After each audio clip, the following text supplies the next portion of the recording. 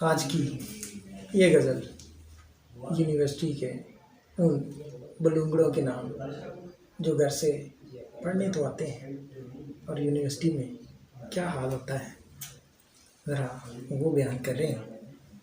कहता है यूनिवर्सिटी दी बहार वेख के, यूनिवर्सिटी दी बहार वेख के मर गए यार सरकार वेख के।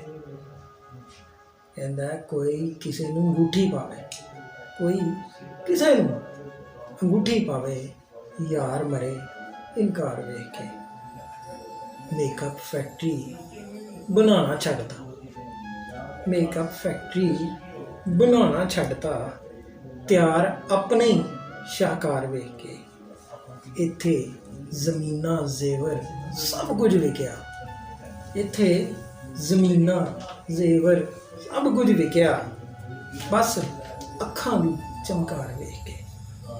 कहंदा है पहले साडी अज किसे होर दी, पहले साडी अज किसे होर दी बस पैसे दी बहार वेख के।